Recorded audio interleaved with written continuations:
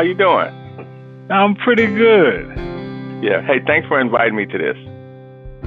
No problem. I really I connected with you when we were chatting online, so I figured you have a story to tell, and I'm really, in my heart, I believe that it will help others. So.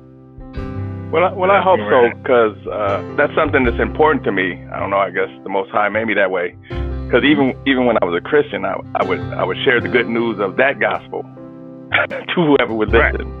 Right. And now that I have this truth, I share it at every opportunity, especially with our people first. But I'll share it with the nations as well. Fantastic. Yeah. I had that opportunity because I was driving Uber for, probably a couple of years. I just quit at the end of last year, but I have over 1,000 trips, and I was telling people as much as I could when I found out, and wow. It was amazing because a lot of people received it.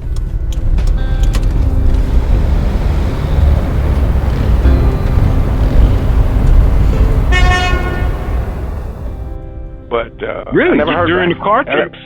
Yeah, during the car trips, I would have those conversations, and I'd even give out my number to certain individuals. But it was disheartening that none of them ever contacted me over all that time. It was pretty disheartening for that to happen. But I still kept on doing it, and I will keep on doing it. Hallelujah.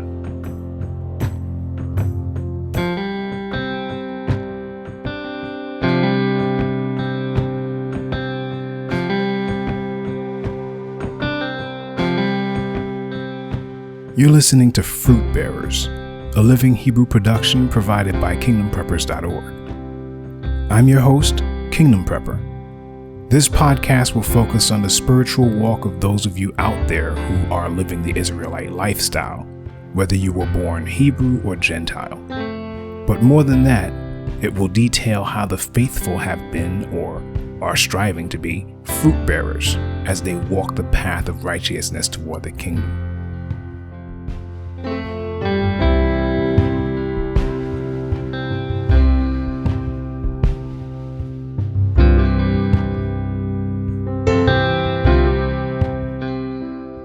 We turn to our second guest. My name is Ron J.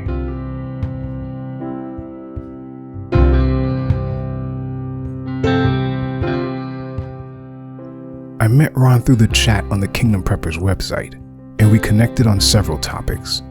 Through that conversation, I was inspired to invite Ron on as a guest of this podcast, and he agreed to an interview. Before we got started, he raised an important issue. I do have one question for you. Sure. In my discovery of this information, I got some resources from watching YouTube, and there were certain individuals.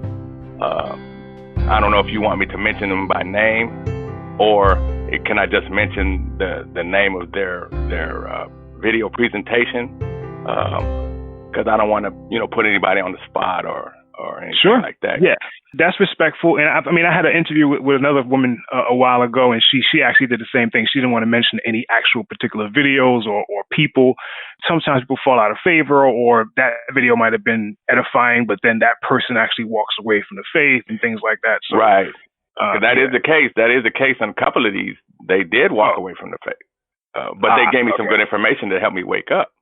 Right. And so then you could just basically say what video you watch. I won't mention the name of the person, but the video name. Okay, absolutely, that's perfectly fine. Absolutely.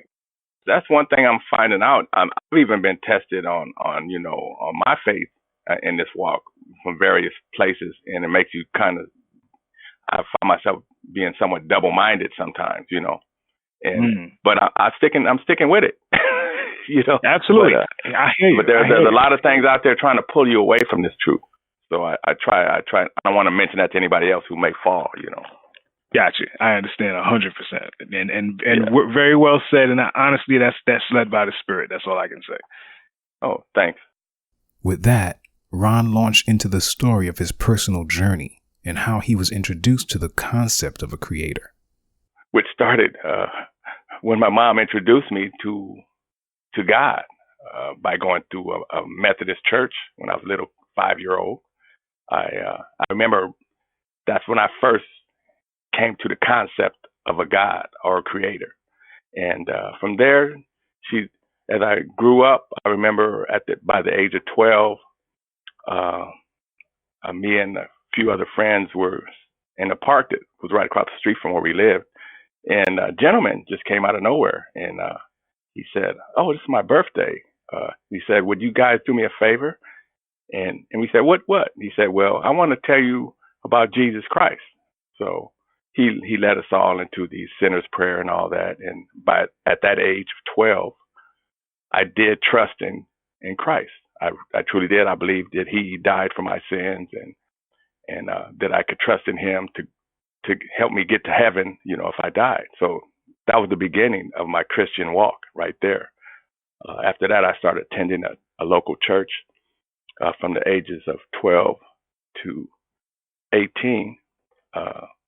I was growing in that church. It was a pretty popular church. It turned into like almost a mega church. They believed in the speaking of tongues and all of this and walking by faith. But to look back on it, it was about prosperity. It was a prosperity type church.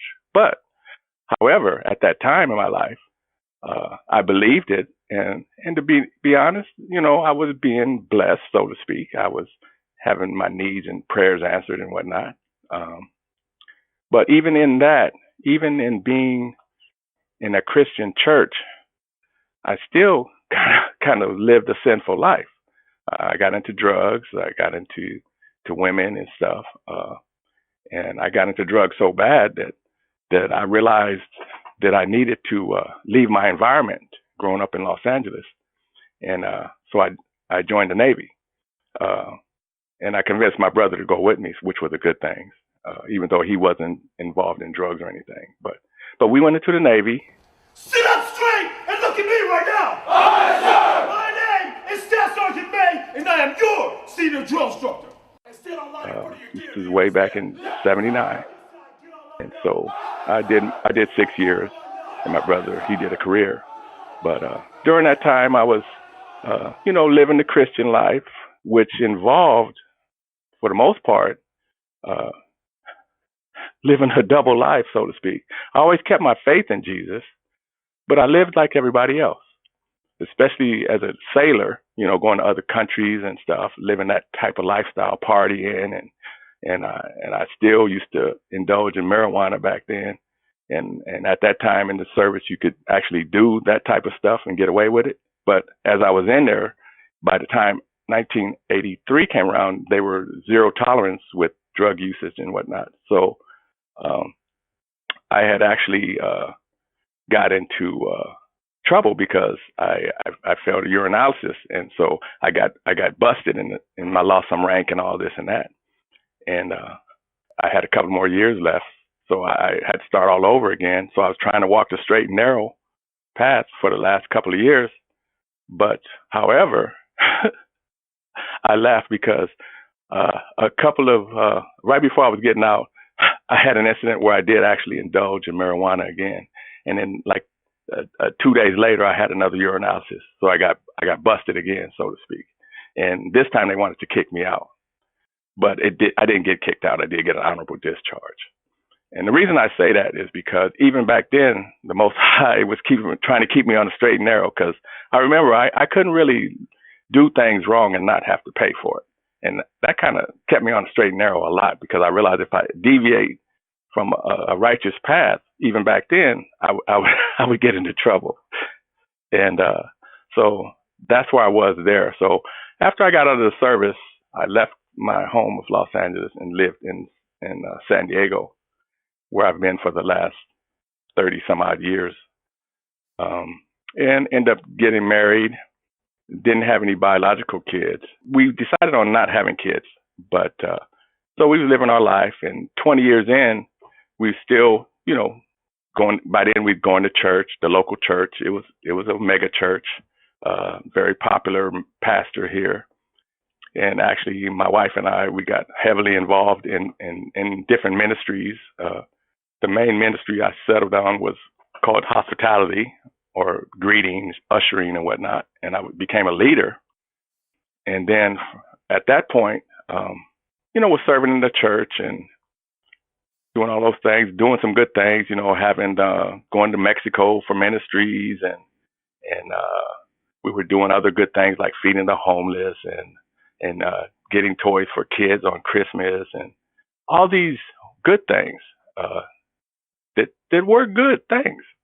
But come to find out, being in that religion, after I find out that even though we're doing all these good things, we're not totally in obedience to what the scriptures say.